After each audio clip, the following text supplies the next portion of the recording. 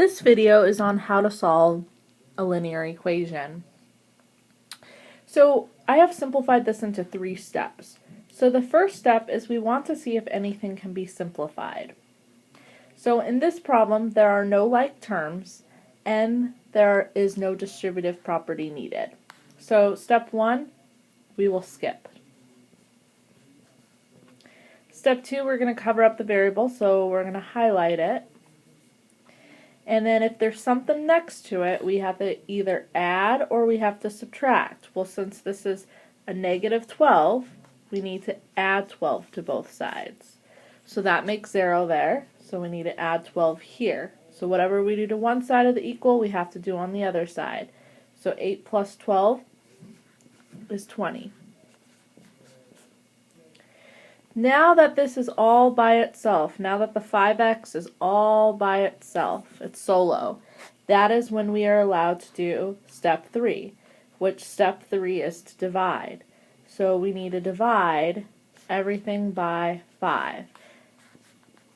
So 20 divided by 5 is 4. And the reason why we had to divide is because 5 divided by 5 is 1. We wanted to know what 1x was. So those canceled and made 1. And we don't need to put a 1 in front of a variable. It's implied to be there. So we get that x equals 4. We could also write our answer as x equals 4 like that. So either way would be fine. So the nice thing about solving an equation is we can always check our answer. So to check an answer, we have to take the answer that we just got, which was 4, and we have to plug it in for the x right there. So I'm going to take the original problem and take out the x, and a 5 next to an x means multiply. So I'm going to plug in the 4, and then I'm going to solve this. I have 5 times 4 is 20. 20 minus 12 is 8. And since we get the same thing on both sides, we would know we got that question right. So keep in mind that we can check our solution. So let's go ahead and take a look at another example. So the first step is to simplify. So in this problem, we have a number in front of a parenthesis, so we need to distribute. So we have negative 3 times x, which is negative 3x. Then we have negative 3 times negative 2, which is positive 6. This negative 10 is just going to be brought down because it's not in the parenthesis. And now we're still not done with simplifying. We have to now combine the like terms. So 6 and negative 10, 6 minus 10 is negative 4. Alright, now we're done with step 1. Step 2 is we're going to cover up the variable, so we're going to highlight it so we don't look at it right now.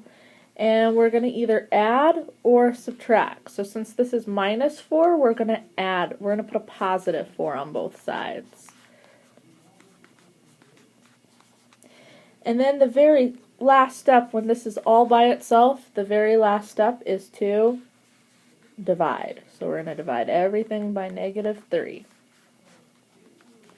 So now we have x equals 6 divided by negative 3 is negative 2.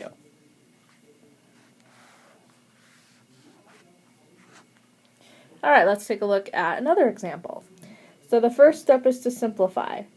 So we can combine the 4x with the negative 2x, and 4 minus 2 is 2x.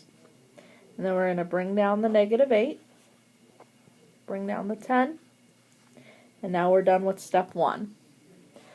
Alright, step 2, we're going to cover up the variable term, and whatever's next to it we need to get rid of, so we're going to add 8. 10 plus 8 is 18. And then when this is all by itself, that is when we can divide. So we get that x is 9, because 18 divided by 2 is 9.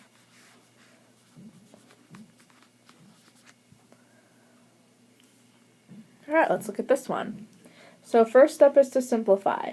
So in this problem, there is nothing that we can simplify on the left or the right. There is no like terms, there is no distributive property. So step 1, we get to skip.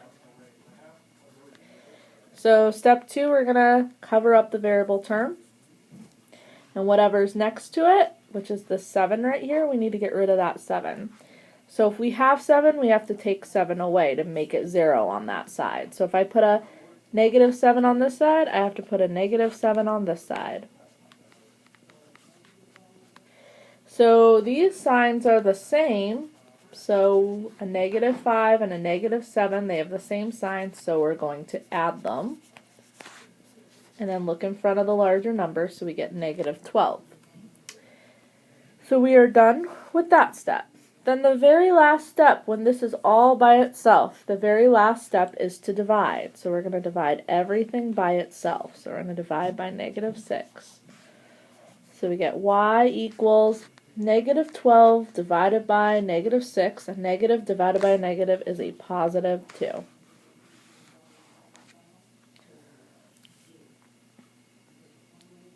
Alright, now we have one with a fraction. So we're going to use our steps that we've been using. So the first step is to simplify. So we look to the left, we look to the right. There's nothing that we can simplify. So step 1, we get to skip.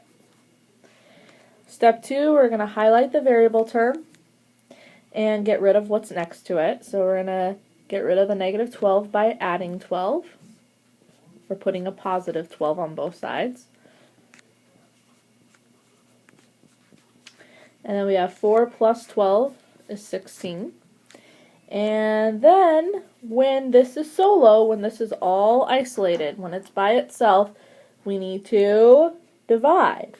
But since this is a fraction, we know that we're not going to divide with fractions, because 16 divided by 8/9, we know from our Unit 2 in this class that we cannot divide. We're not really going to divide with fractions, but instead of dividing with fractions, instead of dividing by a fraction, it's the same thing as multiplying by the reciprocal.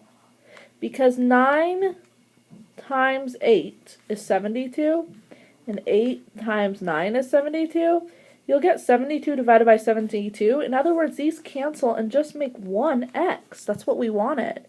So instead of dividing when you have a fraction, you're going to multiply. You're just going to flip these two numbers over. And whatever you do to one side, we have to do on this side here. So we have 16 times 9/8, which is 18.